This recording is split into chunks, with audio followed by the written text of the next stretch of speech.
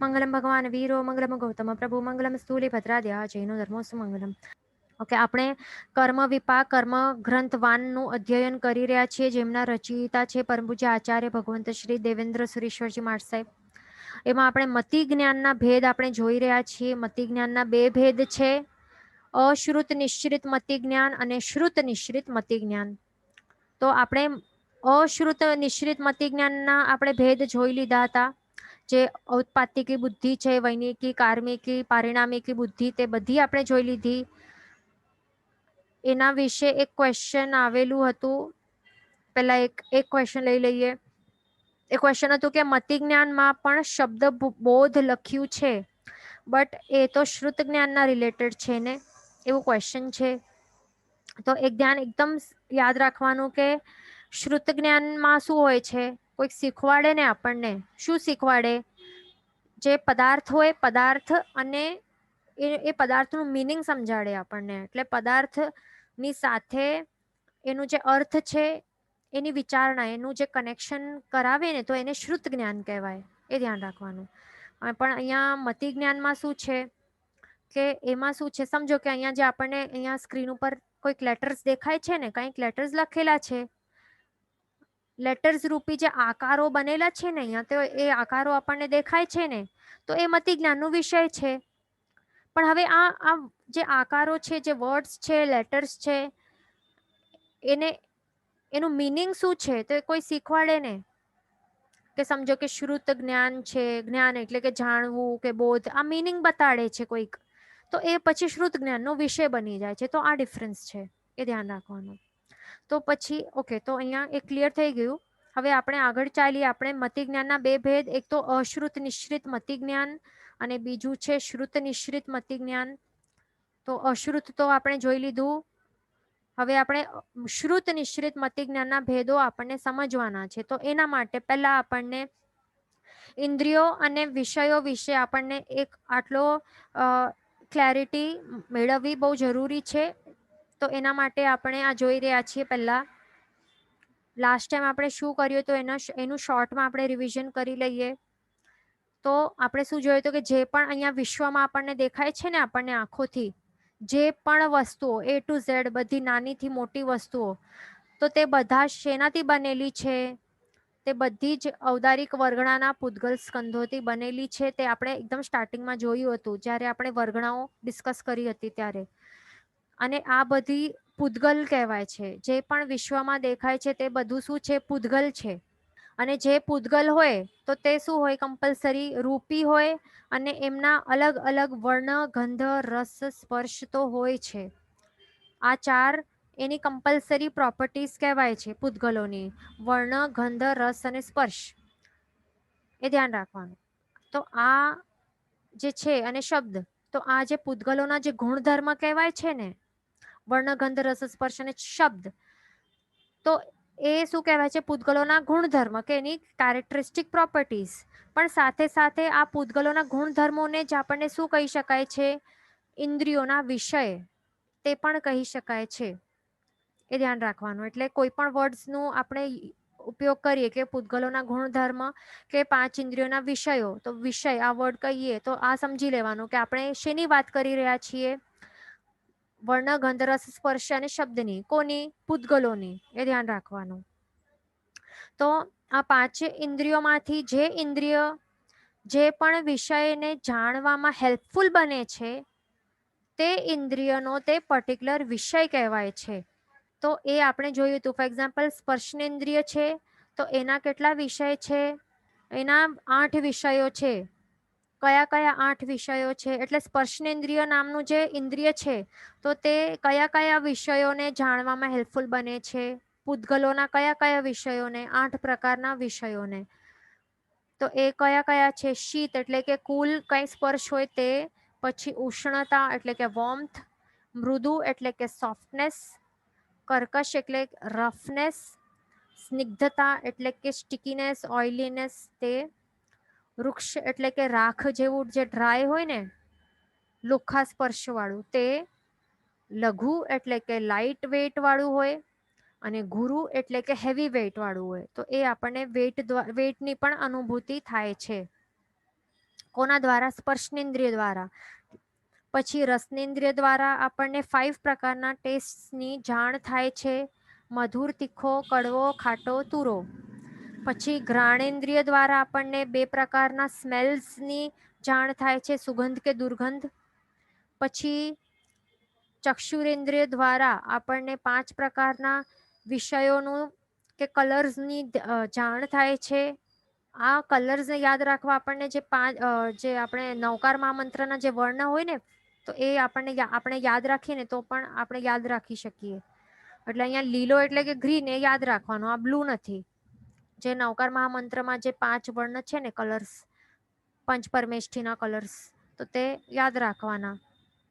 તો એ જ છે કલર્સ.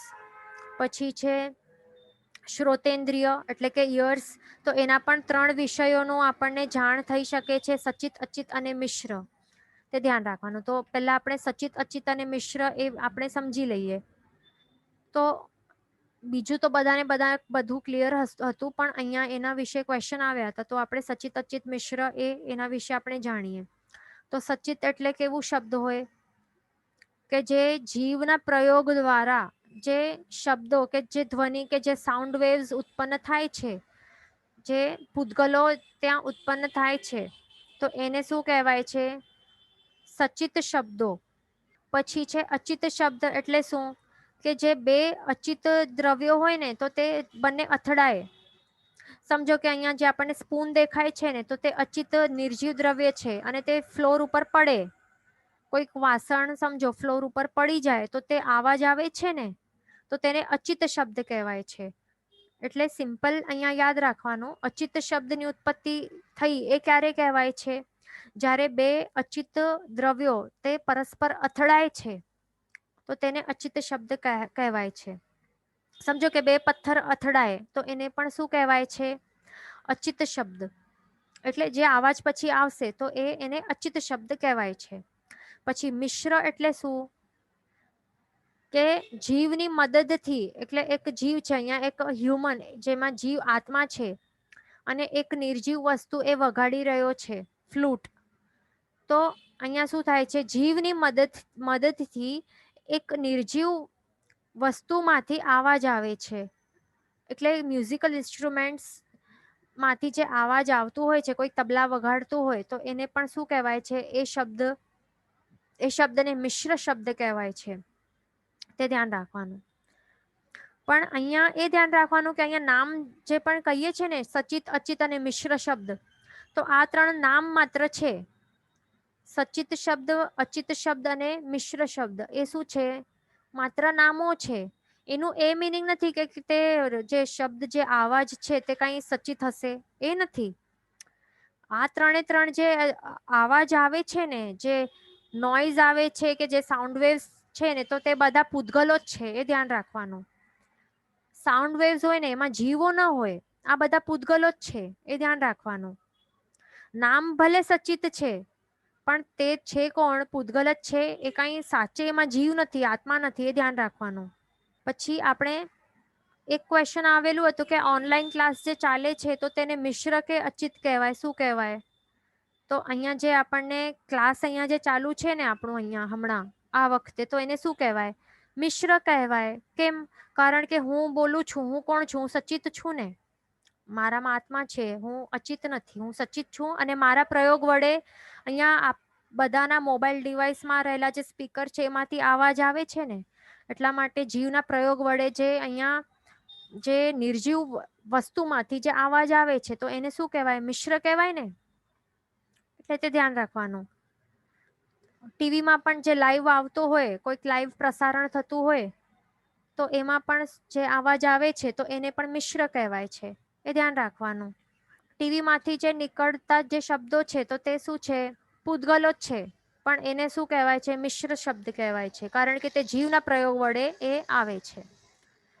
પછી એક ક્વેશ્ચન હતું કે light rays will enter eyes and form an image in the retina that I had learnt in college. તો આવું હતું. તો અહીંયા આપણે જે લાસ્ટ ટાઈમ વાત કરી હતી ને, કે જે લાઇટ રેઝ આપણે પ્રાપ્યકારી અપ્રાપ્યકારી ઇન્દ્રિયોના વિશે આપણે વાત કરી હતી, તો એના ત્યારે ક્વેશ્ચન આવેલું હતું. તો અહીંયા આવું જે છે ને કે લાઇટ રેઝ જ્યારે આંખોની અંદર પ્રવેશે તો ત્યારે જ પછી રેટિનામાં ઇમેજ ફોર્મ થાય છે અને પછી જ આપણે દેખાય છે વસ્તુઓ. એવું આપણે સાંભળ્યું હતું ને, એવું જ શીખવાડવામાં આવ્યું હતું સ્કૂલ કોલેજીસમાં કે લાઇટ રેઝ અંદર એન્ટર થવા જરૂરી છે તો જ આપણને વસ્તુઓ દેખાય, નહીં તો નહીં દેખાય. પણ આવી માન્યતા ઘણો વર્ષો પહેલાની હતી, પણ હમણાં 2005માં આ જે થિયરી છે ને એને ચેલેન્જ કરવામાં આવેલું હતું અને પ્રૂવ કરવામાં આવેલું હતું કે વસ્તુઓ જોવા માટે એવું જરૂરી નથી કે લાઇટ રેઝ આપણા આંખમાં એન્ટર થવા જ જોઈએ, એવી કંઈ જરૂરી નથી, એ રૂલ નથી. જો આવું અહીંયા દેખાય છે ને ફોટોમાં, એકદમ પિચ બ્લેક ડાર્કનેસ હોય ને, ટોટલી ડાર્ક રૂમ હોય, બિલકુલ પણ લાઇટ ન હોય, આખો અંધકાર હોય, બારી બારણા બધું બંધ હોય, છતાં પણ આપણો હાથ હાલે છે ને તો એ પણ દેખાય છે. તો તે કેવી રીતે દેખાય? લાઇટો તો આવતી નથી ક્યાંથી આપણા આંખમાં, એ કઈ લાઇટ રેઝ અહીંયા રિફ્લેક્ટ થઈને ક્યાં આવતી નથી, છતાં પણ દેખાય છે. એટલે અહીંયા એવી રીતે પ્રૂવ કરાયેલું હતું કે પિચ બ્લેક હોય ને, ડાર્કનેસ હોય, એકદમ ડાર્ક રૂમ હોય, તો એમાં પણ આપણને આવી રીતે દેખાઈ શકે છે પોતાનો હાથ. એટલે એ ધ્યાન રાખવાનું. ઓકે, પછી આપણે આગળ શું જોયું હતું તે આપણે જોઈએ. તો આવી રીતે આપણે પહેલા તો 23 જે 5 ઇન્દ્રિયોના આપણે ટોટલ કેટલા વિષયો જોયા? 23 જોયા.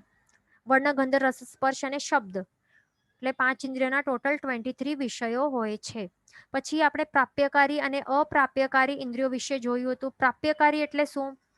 કે જે પદાર્થોની સાથે ડાયરેક્ટ કોન્ટેક્ટ થાય તો જ તેઓ પોતપોતાના સ્વ વિષયોનો બોધ કરી શકે છે, નહીં તો નહીં કરી શકે.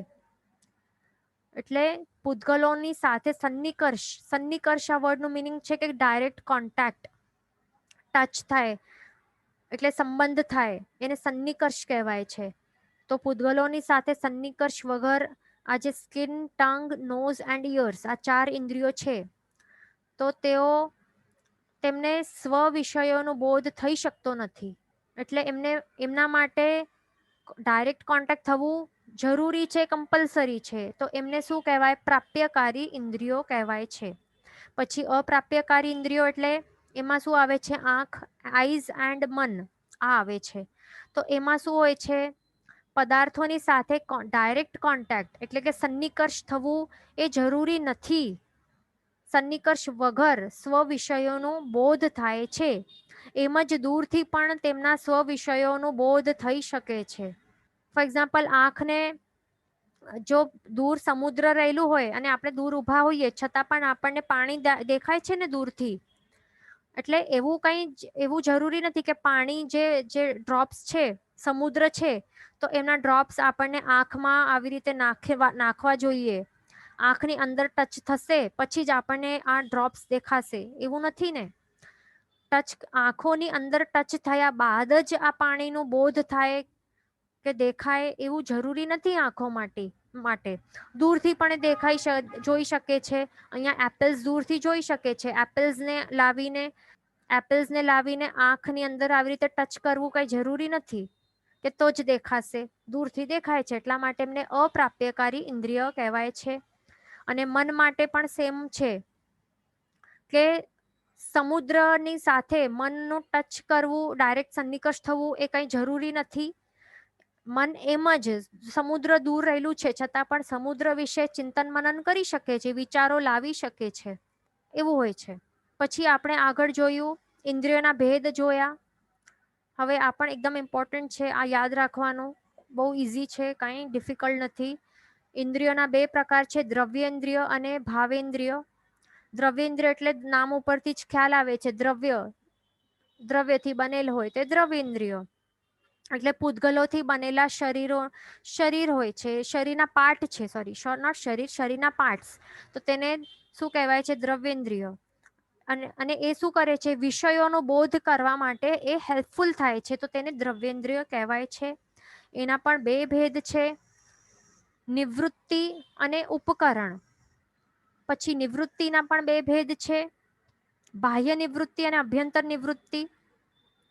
તો બાહ્ય નિવૃત્તિ એટલે શું? સિમ્પલ છે, આઉટર શેપ્સ જે આપણને આંખ, નાક, કાન, ટંગ, સ્કિન બહારથી દેખાય છે તે જ છે, બીજું કઈ નથી એમાં, બહુ સિમ્પલ છે. એટલે બહારના જે શેપ્સ છે તો તેને બાહ્ય નિવૃત્તિ દ્રવ્યેન્દ્રિય કહેવાય છે.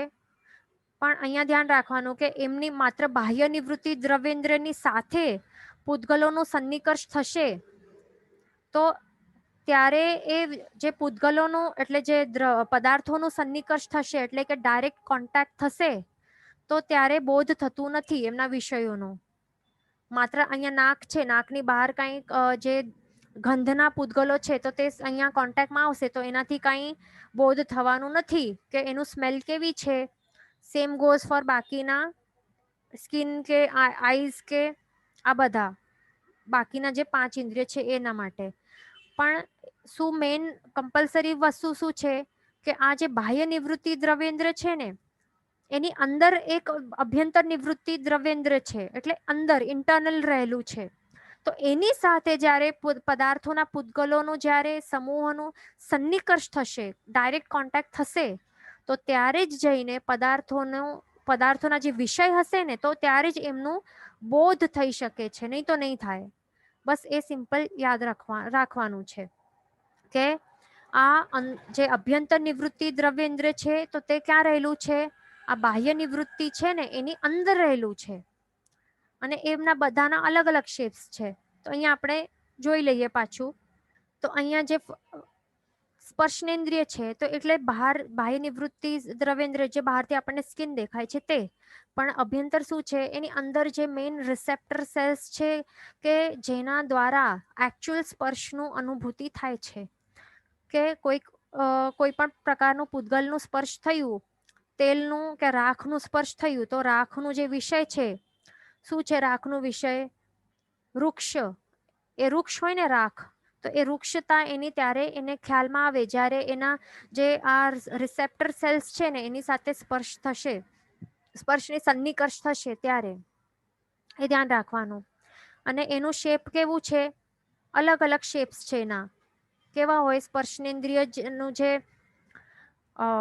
અભ્યંતર નિવૃત્તિ દ્રવ્યેન્દ્ર છે એના બધાના અલગ અલગ શેપ્સ હોય છે, એ ધ્યાન રાખવાનું. પછી છે રસનેન્દ્રિય. તો રસનેન્દ્રિયનું શેપ કેવું હોય છે?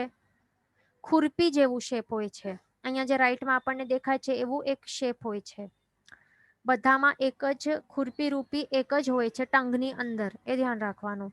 અને એની સાથે જ્યારે એટલે જે ટેસ્ટ રિસેપ્ટર સેલ્સ કહી શકાય સાયન્ટિફિક લેંગ્વેજમાં, એ છે અભ્યંતર નિવૃત્તિ દ્રવ્યેન્દ્રિય. તો એની સાથે જ્યારે જે ફૂડના એટલે પૂતગલો છે એની સાથે એનું જ્યારે સન્નિકર્ષ થાય તો ત્યારે એના જે ટેસ્ટ છે તો ત્યારે એની અનુભૂતિ થઈ શકે છે, એ જાણી શકાય છે.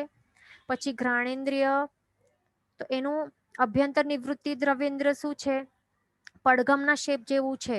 એટલે અહીંયા જે આપણને નોઝ બહાર દેખાય છે આ શેપ, આ બાહ્ય નિવૃત્તિ દ્રવ્યેન્દ્રિય છે. પણ એની અંદર જ્યારે આપણે જઈએ અંદર શું છે? અંદર આવા શેપ રૂપી એક આવું છે પડદા જેવું, આ પડઘમ જેવું શેપ છે એને અભ્યંતર નિવૃત્તિ દ્રવ્યેન્દ્ર કહેવાય. તો એની સાથે જે ગંધના પૂતગલોનો સન્નિકર્ષ થાય તો ત્યારે એની ગંધની જાણ થઈ શકે છે કે સુગંધ છે કે દુર્ગંધ છે કે શું છે, સ્મેલની પછી જાણ થાય છે. ચક્ષુરેન્દ્રિય માટે પણ સેમ છે. બાહ્ય નિવૃત્તિ દ્રવ્યેન્દ્ર આ આઈ રૂપી છે, પણ અંદર જે કીકીમાં રહેલું એક ચંદ્રના શેપ જેવું એક અભ્યંતર નિવૃત્તિ દ્રવ્યેન્દ્ર હોય છે.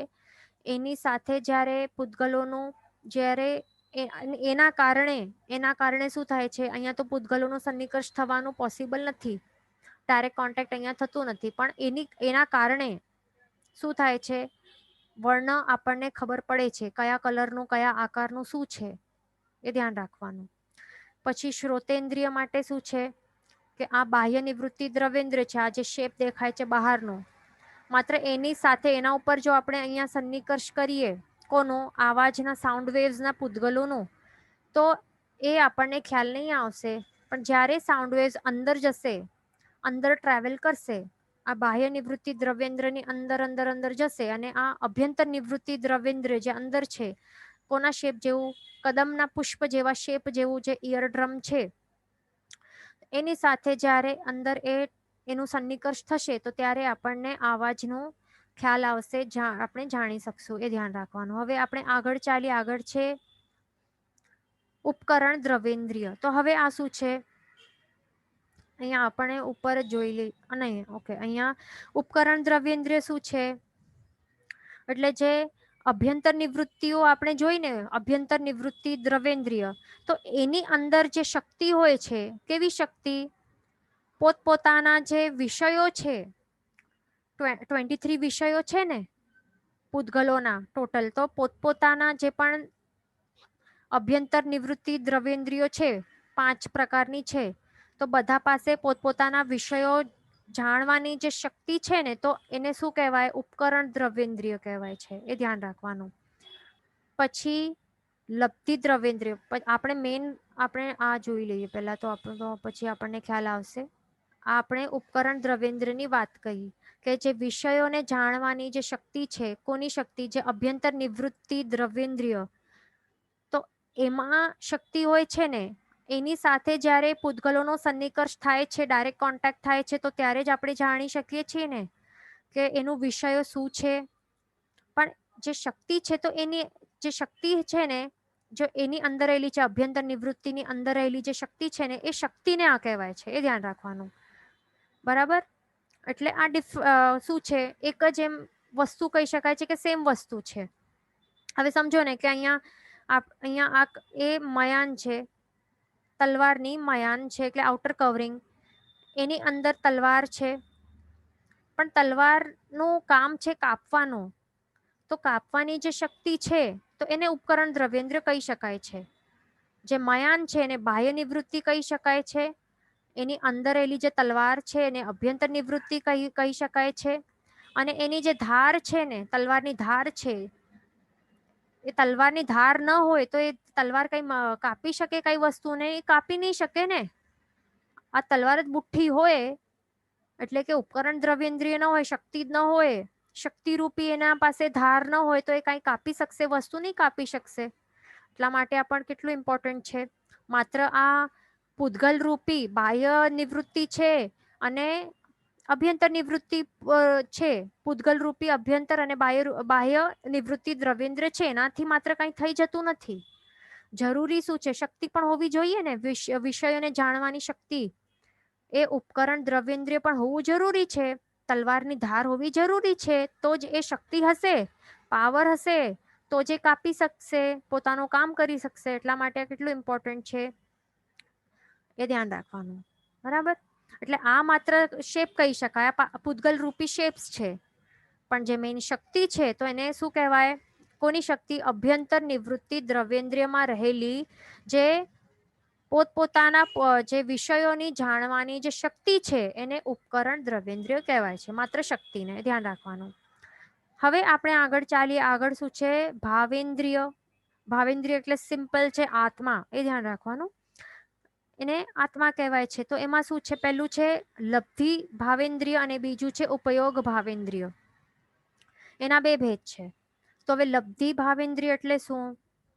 એટલે કે જ્ઞાનાવર્ણ્ય કર્મોના જે ક્ષયોક્ષમ હોય ને, આપણે ક્ષયોક્ષમ વર્ડનું મિનિંગ પણ પહેલા જ એટલા માટે જોઈ લીધું હતું, એ બધાને ક્લિયર જ હશે. તો જ્ઞાનાવર્ણ્ય કર્મોના ક્ષયોક્ષમના કારણે આત્મામાં ઉત્પન્ન થયેલી વિષયોને જાણવાની શક્તિ, એને શું કહેવાય છે? લબ્ધિ ભાવેન્દ્રિય.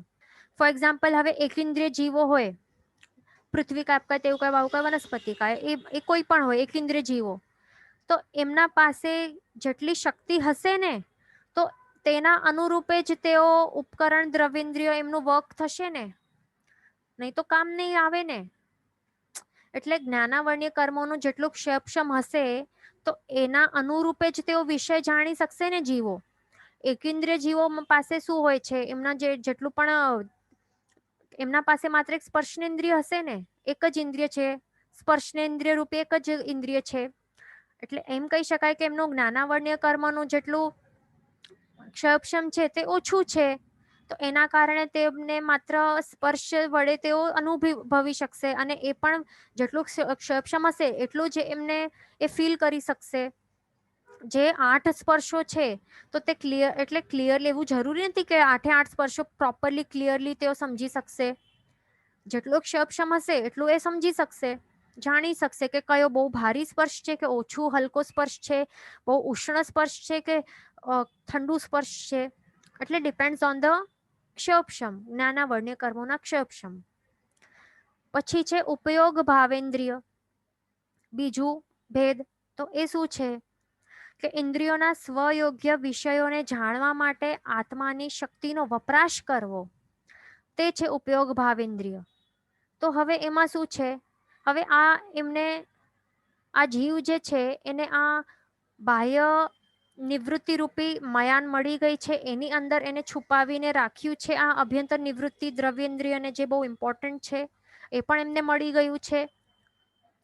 અને ઉપકરણ દ્રવ્યેન્દ્રિય એમના પાસે છે એટલે જાણવાની શક્તિ પણ છે, એટલે કે ધાર પણ છે, તલવારની ધાર પણ રહેલી છે, એટલે જો એનો પ્રયોગ કરે તો એ કાપી પણ શકે. અને જ્ઞાનાવર્ણ્ય કર્મોનું ક્ષયક્ષમ પણ કર્યું છે, અને એના જેટલું ક્ષયક્ષમ હશે એના પ્રમાણે એ એટલું ઓળખી પણ શકશે કે હા આ સ્પર્શ આવું છે, એટલે તલવાર કેવી રીતે ચલાવવી તો તે એનું જ્ઞાન છે એના પાસે. લબ્ધિ છે, લબ્ધિ ભાવેન્દ્રિય એટલે એ તલવાર કેવી રીતે ચલાવવી એ પોતાના જે જ્ઞાનાવર્ણ્ય કર્મોના ક્ષયક્ષમના અનુરૂપે એના પાસે આ લબ્ધિ છે. પણ હવે આ જે લબ્ધિ છે અને આ શક્તિ છે એનું યુઝ જ નહીં કરશે તો એને ખબર કેવી રીતે પડશે, એ કાપી કેવી રીતે શકશે? આ તલવાર કેવી રીતે ચલાવવી એની ટેકનિક એના પાસે છે, એને આવડે છે, પણ એ શક્તિનો યુઝ જ નહીં કરશે તો એ વસ્તુ જે પડેલી છે એને કાપી નહીં શકશે ને. તો એ છે આ ઉપયોગ ભાવેન્દ્રિય. એટલે આ જે શક્તિ છે, એટલે કઈ શક્તિ? જે વિષયોને જાણવાની જે શક્તિ છે એને યુઝ કરવું, એનો ઉપયોગ કરવું, તેને જ કહેવાય છે ઉપયોગ ભાવેન્દ્રિય. બરાબર? એટલે આ યાદ રાખવાના. તો હવે આપણે આ જાણી લીધું, એક ઓવરવ્યૂ જોઈ લીધું. આ મેન તો આ બીજું આપણું કર્મગ્રંથનો ટોપિક નથી એમ તો, છતાં પણ આપણને આગળના વિષય આપણને વ્યંજનાવગ્રહ શું છે એ સમજવાનું છે, એના માટે આ બહુ ઇમ્પોર્ટન્ટ ટોપિક છે. અહીંયા આવેલું છે કે ઉપકરણ દ્રવ્યેન્દ્રિયો રિપીટ કરો. તો ઉપકરણ દ્રવ્યેન્દ્રિય એટલે શું? આપણે એક મિનિટ પાછું જોઈએ. આપણા પાસે આ કાનરૂપી બાહ્ય પૂતગલ છે, પછી કાનની અંદર એલું ઇયર ડ્રમ પણ છે. બરાબર? આ શું છે? બાહ્ય એટલે કે બહારનું કાનનું જે શેપ છે એ પણ છે આપણા પાસે. અને અંદર રહેલું જે અભ્યંતર નિવૃત્તિ દ્રવ્યેન્દ્રિય એટલે કે ઇયર ડ્રમ પણ છે આપણા પાસે.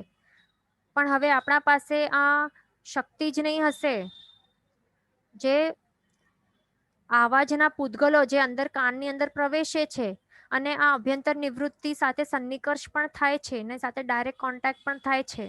પણ હવે જે સચિત અચિત અને મિશ્ર 3 એના વિષયો છે ને શ્રોતેન્દ્રિયના, તો એ વિષયોને જાણવાની શક્તિ જ નહીં હશે તો પછી જાણી કેમ શકશે?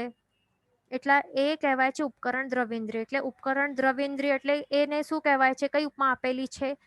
તલવારમાં રહેલી જે ધાર છે, ધાર જ નહીં હશે, બુઠ્ઠી હશે તલવાર, તો શું એ ઉપયોગ કરી શકશે? યુઝલેસ છે. એટલે અંદર આપણા પાસે ઇયર ડ્રમ છે પણ શક્તિ જ નથી.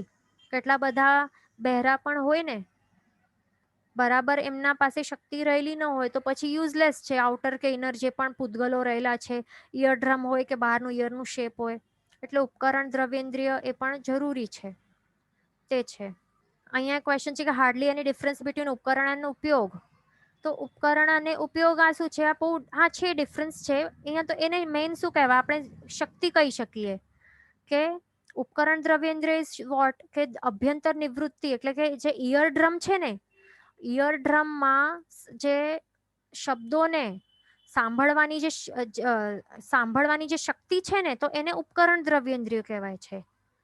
અને ઇયર ડ્રમ પોતે તે અભ્યંતર નિવૃત્તિ છે. ઇયર ડ્રમ પોતે અભ્યંતર નિવૃત્તિ છે.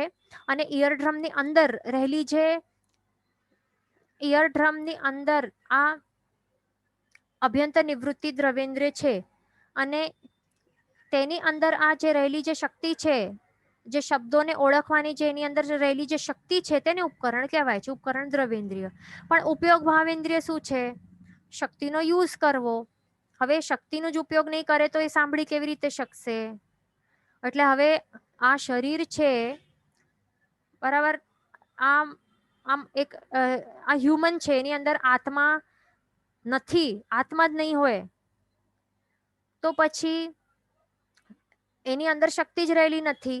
આત્મા જ નહીં હોય તો પછી ઈયર હોય કે ઈયર ડ્રમ હોય અને તલવારની પણ ધાર હશે છતાં પણ અને એને તલવાર ચલાવવા માટે પણ આવડતું હોય તો એ કોને આવતું હોય? આત્માને આવડતું હોય ને.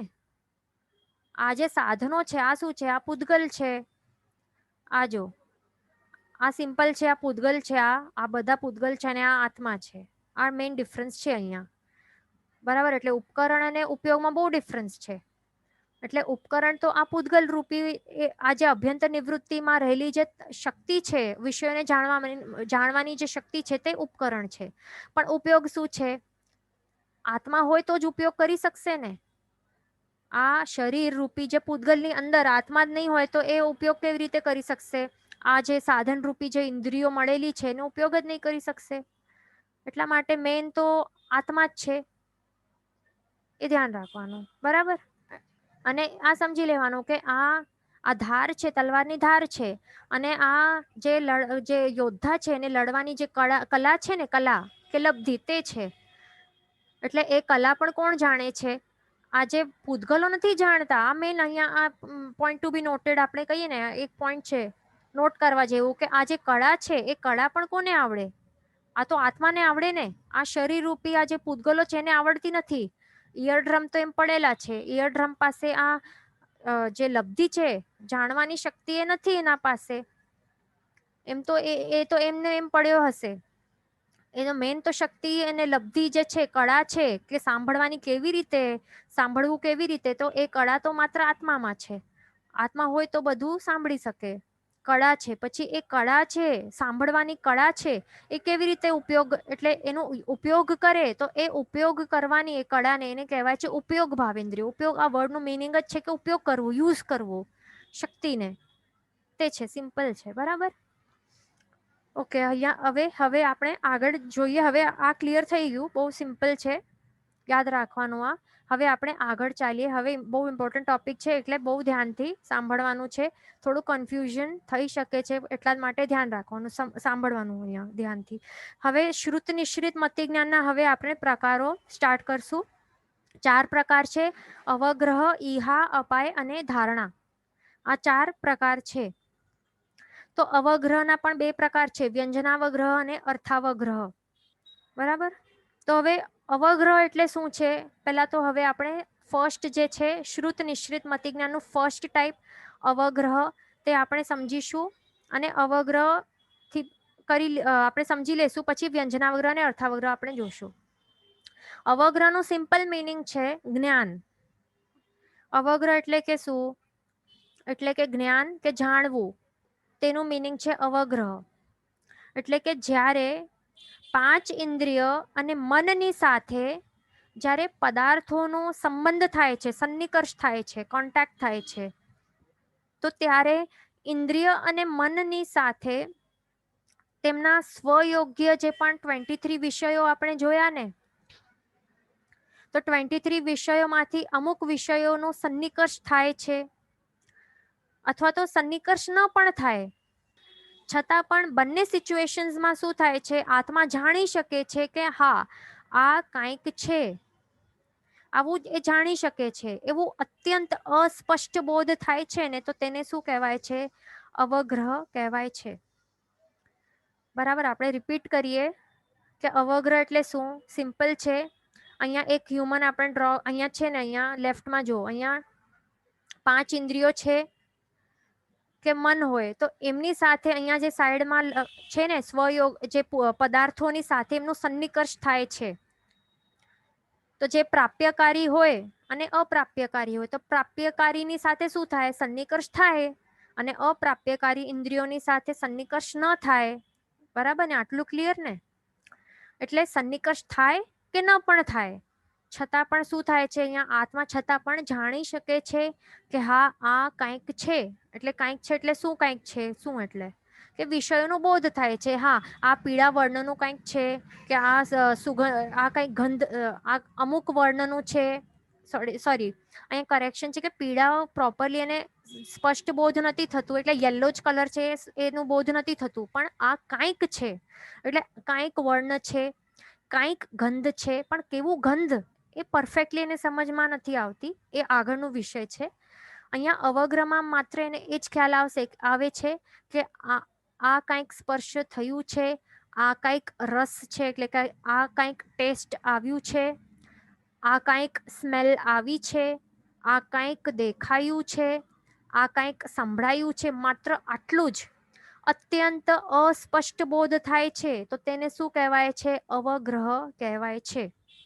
એટલું ક્લિયર થઈ ગયું હશે ને? એટલે સન્નિકર્ષ થાય અને ન થાય, આપણે આ બે અહીંયા શા માટે કયા છે? સન્નિકર્ષ થાય કે સન્નિકર્ષ ન પણ થાય તો પણ આત્મા જાણી શકે છે.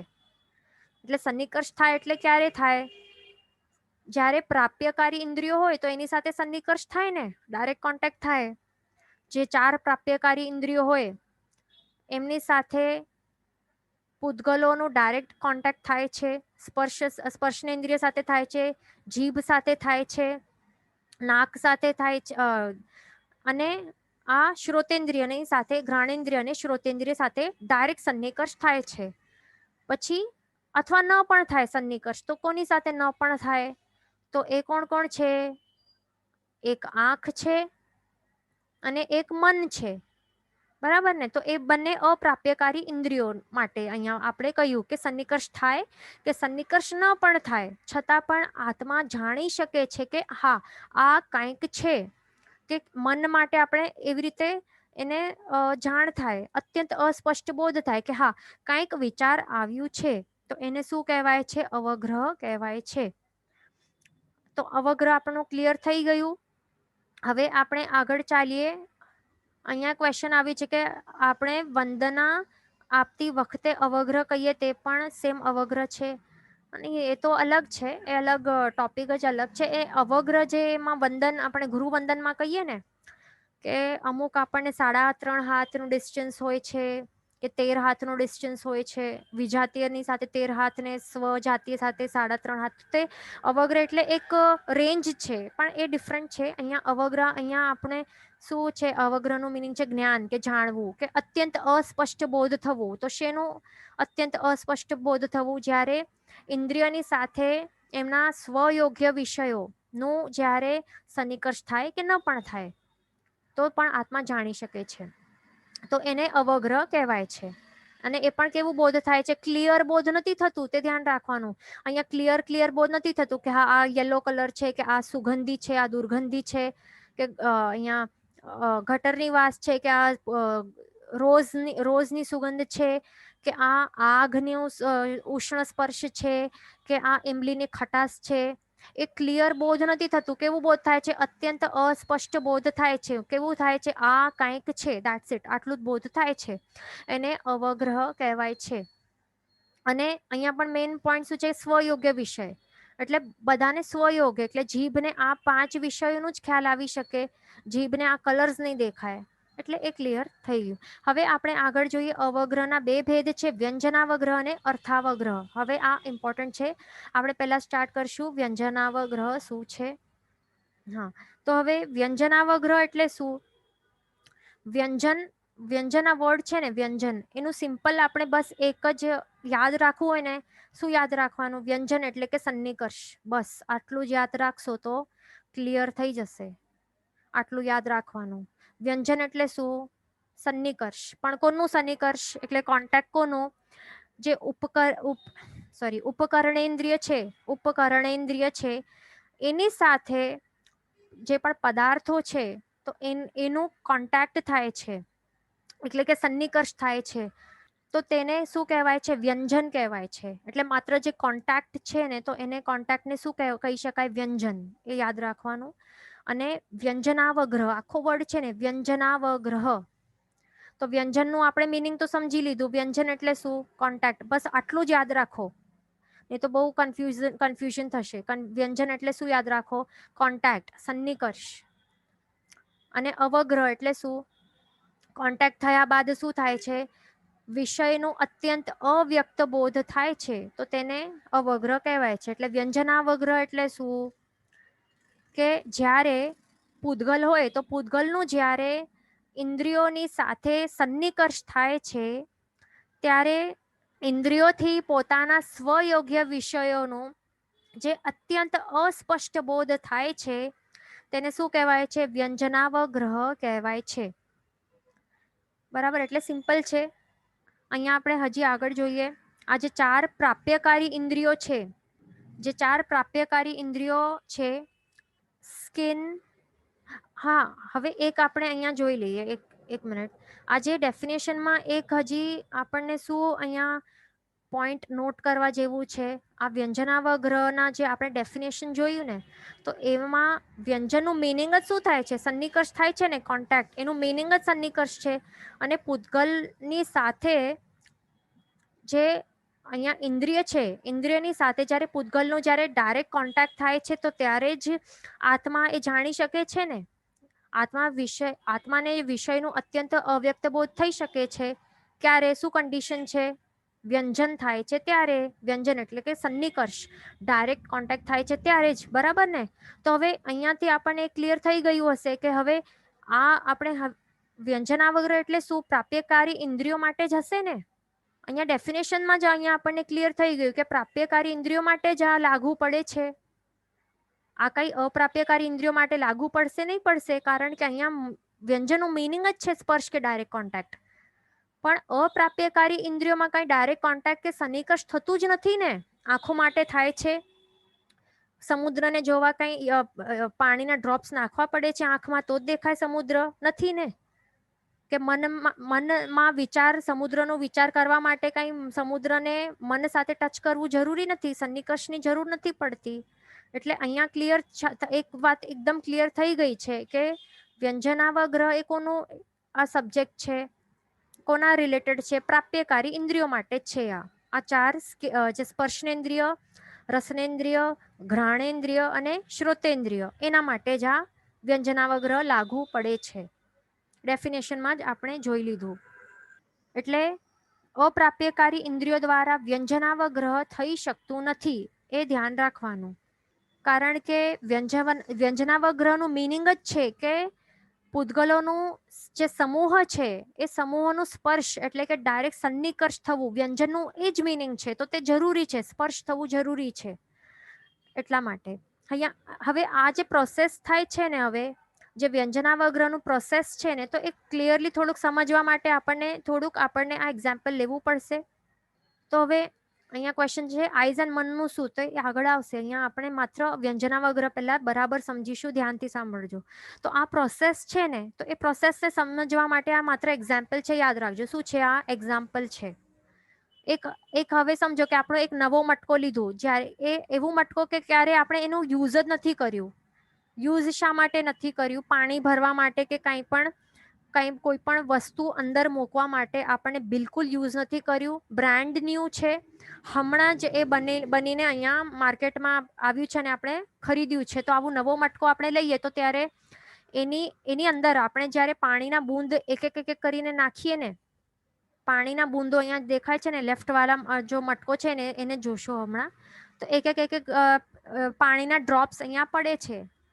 પણ તે નવો છે ને, માટે તે ચૂસતો જાય છે તરત જ. આપણે પાણીના ડ્રોપ્સ નાખ્યા ને તરત જ એ ચૂસતો જાય છે. એટલે આપણને તે ભીંજાયું છે ને તો તે દેખાતું નથી આપણને. ડ્રાયનો ડ્રાય જ લાગે છે આપણને. કેવું દેખાય છે? આ પાણીના ડ્રોપ્સ નાખીએ છીએ ને નવા મટકામાં, એ બધા ચૂસાઈ જાય છે. એટલા માટે એ હજી ડ્રાય જ લાગે છે. એની અંદર બૂંદો પડ્યા છે કે નહીં આપણને ખ્યાલ નથી આવતું, છતાં પણ બૂંદો તો પડ્યા છે ને, એને ચૂસી લીધું છે. આવી રીતે સમજો, ફોર એક્ઝામ્પલ, માત્ર એક્ઝામ્પલ માટે 99 બૂંદો અહીંયા પડી જાય, છતાં પણ આપણને દેખાતું નથી કે આ માટલું એ માટલાની અંદર 99 ડ્રોપ્સ પડેલા છે. તે આપણને દેખાતું નથી કારણ કે એ હજી ડ્રાય જ લાગે છે. પણ સાચે તો તે કંઈ જે 99 બૂંદો છે તો તે દેખાતા નથી. તો દેટ ડઝન્ટ મીન કે તે નષ્ટ થઈ ગયા છે. એનું એ મિનિંગ થાય છે કે નષ્ટ થઈ ગયા છે? નહીં ને, ચૂસાઈ જ ગયેલા છે ને. એટલે આ જે માટીનો જે ઘડો છે એની અંદર જ રહેલા છે ને, એ 99 પાણીના બૂંદો તે માટીમાં જ એ ચૂસાઈને રહેલા છે ને. પછી હવે આપણે એક પોઈન્ટ એવું આવે છે, જ્યારે આપણે 100th એટલે 99 ની બાદનું જે એક ડ્રોપ છે, 100મું જે ડ્રોપ છે પાણીનું, 100thમું બૂંદ, તો તે એ નાખશું અને તે સેચ્યુરેશન પોઈન્ટ સમજો કે તે હશે, તો તરત પછી આપણને માટલું છે તો તે ભીંજાયેલું દેખાશે. આપણને બરાબર પછી દેખાશે કે હા માટલું હવે ભીંજાય છે. આપણે કેમેસ્ટ્રીમાં પણ એવું પ્રેક્ટિકલ કર્યું હશે ને, કે આપણે નાખતા જઈએ. આપણું એક કયો પ્રેક્ટિકલ, એ નામ મને યાદ નથી, એસિડ બેઝ નું કંઈક હતું ને. હવે ફ્લાસ્કમાં આવી રીતે એક ડ્રોપ કરીને આવી રીતે નાખતા જઈએ છતાં પણ એ કલરલેસ જ હોય ને. આપણે 99 ડ્રોપ્સ નાખીએ. હા, અહીંયા આવ્યું છે ટાઇટ્રેશન કરીએ. બરાબર, ટાઇટ્રેશન આપણે આવી રીતે કરીએ. એસિડ બેઝ નું કંઈક એકદમ મને યાદ નથી, પણ આવી રીતે નાખતા જઈએ કલરલેસ જ દેખાય. પછી શું થાય, 99 ડ્રોપ્સ પડે છતાં પણ કલરલેસ દેખાય. પછી એક એવું પોઈન્ટ આવે કે માત્ર એક જ ડ્રોપ આપણે નાખીને આખો પિંક થઈ જાય. આવું આપણે કર્યું હશે ને. તો એવું જ હોય છે. તો હવે એનું મિનિંગ આ થઈ ગયું કે 99 ડ્રોપ્સ એ નાખ્યા છતાં પણ તે કલરલેસ છે, તો કઈ તે નષ્ટ થઈ ગયા એવું નથી ને, અંદર તો રહેલા જ છે ને. 100thમું આપણે જે એક ડ્રોપ નાખ્યું અને ત્યારે અચાનકથી આખો પિંક થઈ જાય છે, તો ત્યારે જ કંઈક થયું એવું નથી ને. 99 ડ્રોપ્સ અંદર જ છે ને. એટલે આ આપણે આ પ્રોસેસ આપણે સમજ્યું છે. હવે આ એક્ઝામ્પલ ઉપરથી આપણે આ વ્યંજનાવગ્રહ છે, વ્યંજનાવગ્રહ શ્રુત નિશ્રિત મતિ જ્ઞાનના વિશે આપણે સમજવા પ્રયત્ન કરવાનું છે. કે સમજો હવે આપણે એને અપ્લાય કરીએ. અહીંયા આ સેમ એક્ઝામ્પલ અહીંયા આપણે આ માત્ર એક એક્ઝામ્પલ લઈએ છીએ ઘ્રાણેન્દ્રિયનું. એના ઉપરથી આપણને બીજા ઇન્દ્રિયો માટે પણ સમજવાનું છે. અને આ બીજા કયા ઇન્દ્રિયો આપણે વ્યંજનાવગ્રહ સમજી રહ્યા છે, એટલા માટે માત્ર પ્રાપ્યકારી ઇન્દ્રિયો વિશે જ છે. એ ધ્યાન રાખવાનું. તો અહીંયા એક સુગંધી ફૂલ છે, તો એમાંથી છૂટા પડી રહેલા જે પૂતગલો છે, જે ગંધના પૂતગલો છે, તો તે આવી રહ્યા છે. આપણને એક તો ખબર છે ને કે પૂતગલનું એક પ્રોપર્ટી જ હોય છે પૂરણ ગલનની, એટલે સમય સમયે પૂતગલો છૂટા થતા જ હોય છે ને. તો આ રોઝમાંથી જે એ ફૂલ છે, એ ફૂલમાંથી સતત છૂટા પડી રહેલા જે પૂતગલો છે, તો એ બાહ્ય નિવૃત્તિ છે ને, બાહ્ય જે શેપ છે નોઝ, એની અંદર પ્રવેશે છે. પહેલા તો એને સ્પર્શે છે છતાં પણ એને કઈ વિષયનો બોધ નથી થતો, કારણ કે એમાં શક્તિ નથી. શક્તિ કોનામાં છે? અભ્યંતર નિવૃત્તિમાં છે ને, એટલે અંદર જશે. અને અંદર આવે છે એક જે અહીંયા જે પડગમના શેપ જેવું જે અભ્યંતર નિવૃત્તિ દ્રવ્યેન્દ્રિય છે અંદર, તો એને ત્યાં પ્રવેશે છે. અને ત્યાં જે પણ એના સેન્સરી સેલ્સ હોય કે રિસેપ્ટર સેલ્સ જે પણ કહેવાય, તો તેને તે આ દ્રવ્યોના સમૂહ તે ત્યાં આવીને એમને સન્નિકર્ષ એમનું થાય છે, એટલે કે એમનું ડાયરેક્ટ કોન્ટેક્ટ થાય છે. પછી અભ્યંતર નિવૃત્તિ દ્રવ્યેન્દ્રની સાથે આવી રીતે ડાયરેક્ટ કોન્ટેક્ટ થાય છે. પછી શું થાય છે, એની અંદર જે ઉપકરણ દ્રવ્યેન્દ્રિય હોય છે ને, આપણે શું જોયું, ઉપકરણ દ્રવ્યેન્દ્રિય શું છે? એ ગંધ જાણવાની શક્તિ ને શું કહેવાય છે? ઉપકરણ દ્રવ્યેન્દ્રિય. બરાબર. એટલે અભ્યંતર નિવૃત્તિની અંદર જે ગંધ ઓળખવાની જાણવાની જે શક્તિ છે, તો એ શક્તિને ઉપકરણ દ્રવ્યેન્દ્રિય કહેવાય છે. તો એની સાથે હવે ફૂલના જે સુગંધવાળા જે પૂતગલો છે એનું સન્નિકર્ષ થાય છે, ડાયરેક્ટ કોન્ટેક્ટ થાય છે. અને એ પણ કેટલા થાય છે? પ્રોસેસ છે, થાય છે કન્ટિન્યુઅસલી થઈ રહ્યું છે. જેમાં આપણે જોયું ને ઉપર 99 બૂંદો પડે છે. તો એવી રીતે અહીંયા કન્ટિન્યુઅસલી આ પ્રોસેસ ચાલુ છે. આ જે પૂતગલોનો સમૂહ છે, તો તે કન્ટિન્યુઅસલી અંદર એમનું સન્નિકર્ષ થયા કરે છે. અને એ પણ કેટલા વાર સુધી? અસંખ્ય સમયો સુધી. અસંખ્ય સમયો સુધી આવી રીતે જે ગંધના પૂતગલો છે, તો એમનું આ ઉપકરણ દ્રવ્યેન્દ્રિયની સાથે સન્નિકર્ષ થયા કરે છે, ડાયરેક્ટ કોન્ટેક્ટ કે ટચ એ થયા કરે છે. છતાં પણ તે ઘ્રાણેન્દ્રિય છે, તો તે જાણી શકતો નથી. હજી એ ક્લિયરલી જાણી શકતો નથી. બરાબર. અને માત્ર એક અવ્યક્ત બોધ થાય છે. જેમ આપણે અહીંયા માટલામાં જોયું ને, માટલામાં આપણે શું જોયું કે અહીંયા 99 ડ્રોપ્સ પડ્યા કરે છે, 99 એક ડ્રોપ પડ્યા કરે છે, છતાં પણ અવ્યક્તપણે તે રહે છે. એટલે કે શું? દેખાતું નથી વેટનેસ, પણ છતાં અહીંયા અંદર એ બધું ચૂસાઈને રહેલું છે ને. તો એવી જ રીતે અહીંયા પણ શું થાય છે? વ્યંજનાવગ્રહમાં કન્ટિન્યુઅસલી કેટલા અસંખ્ય સમય સુધી આ પ્રોસેસ ચાલુ હોય છે. એટલે આ ગંધના પૂતગલો અસંખ્ય સમય વ્યતીત થઈ જાય છે, છતાં પણ કેવું થાય છે, આત્માને અત્યંત અવ્યક્ત બોધ થાય છે માત્ર. એને શું કહેવાય છે? વ્યંજનાવગ્રહ કહેવાય છે. પછી હવે શું થશે? આપણે જેમ અહીંયા શું જોયું, ઉપર શું જોયું? અહીંયા 99 પડ્યા પછી 100મું 100thમું એક જ ડ્રોપ ગયું, પછી એ વેટનેસ દેખાય ને. તો તેવી જ રીતે અહીંયા કન્ટિન્યુઅસલી અહીંયા જે ગંધના પૂતગલોનો સમૂહ એ ટચ થયા એટલે સન્નિકર્ષ થતું ગયો અસંખ્ય સમયો સુધી. જે અભ્યંતર નિવૃત્તિ દ્રવ્યેન્દ્રિયમાં રહેલી જે ઉપકરણ દ્રવ્યેન્દ્રિય જે શક્તિ છે એની સાથે આટલા અસંખ્ય સમય સુધી થયું સન્નિકર્ષ. પછી જ્યારે માત્ર એક સમય આવ્યું, પછીનો એક સમયમાં શું થયું? એટલે અસંખ્ય સમય +1 સમય જ્યારે થયું, તો ત્યારે જે ફૂલના સુગંધવાળા જે પૂતગલો છે એની સાથે જ્યારે અહીંયા સન્નિકર્ષ થયું, તો ત્યારે તે સમજો કે સેચ્યુરેશન પોઈન્ટ અહીંયા આવી ગયું. અને હવે આત્માને બોધ થાય છે કે અહીં કાંઈક ગંધ આવી રહી છે. અને આ હવે શું થાય છે? અહીં કાંઈક ગંધ આવી રહી છે, આવી રીતે એ આત્માને પછી જાણ થાય છે. અને આ જે ગંધના પૂતગલોનો ઇન્દ્રિયની સાથે સંબંધ થતા એક અસ્પષ્ટ બોધ થયું આત્માને, તો તેને શું કહેવાય છે? અર્થાવગ્રહ કહેવાય છે. શું કહેવાય છે? અર્થાવગ્રહ. અહીંયા જેમ આપણે માટલાના એક્ઝામ્પલમાં શું જોયું કે 99 પડ્યા કર્યા છતાં પણ અવ્યક્તપણે બોધ થયું છે, એટલે અંદર તો રહેલું જ છે ને, ચૂસાઈને રહેલા છે. પણ એક પોઈન્ટ આવું આવ્યું કે 100મું જ્યારે ડ્રોપ અહીંયા પડ્યું કે અહીંયા પછી વેટનેસ દેખાઈ, બરાબર. ત્યાર સુધી એનાથી પહેલા સુધી શું હતું? અવ્યક્તપણે અંદર જ રહેલા હતા ને, ગ્રહણ કરતા હતા, તો એને વ્યંજનાવગ્રહ કહેવાય. અને જ્યારે એક જે 100મું ડ્રોપ પડ્યું અને વેટનેસ દેખાઈ કે ભીંજાયો આ માટલો, તો તેને શું કહેવાય? અર્થાવગ્રહ કહેવાય છે. બરાબર. એટલે આ પ્રોસેસ અહીંયા આપણે જોઈએ. તો અર્થાવગ્રહ એટલે શું? કે હવે અહીં કાંઈક ગંધ આવી રહી છે, તો તે અર્થબોધ થયું એને, તો તેને અર્થાવગ્રહ કહેવાય છે. બરાબર. એને જે સમજા એટલે થોડીક જાણમાં આવ્યું ને કે કાંઈક ગંધ, સમથિંગ, કોઈક પ્રકારની સ્મેલ આવી રહી છે, એવું જેને બોધ થયું તેને અર્થાવગ્રહ પછી કહેવાય છે. તો આવી રીતે સેમ સમજવાનું છે આ પ્રોસેસ બધા જ પ્રાપ્યકારી ઇન્દ્રિયો માટે. એટલે સ્કિન માટે, સ્પર્શનેન્દ્રિય માટે, રસનેન્દ્રિય, ઘ્રાણેન્દ્રિય અને શ્રોતેન્દ્રિય માટે આ સેમ આપણને સમજવાનું છે. હવે આપણે આ સેમ અહીંયા આ રસનેન્દ્રિય માટે આપણે સમજીએ.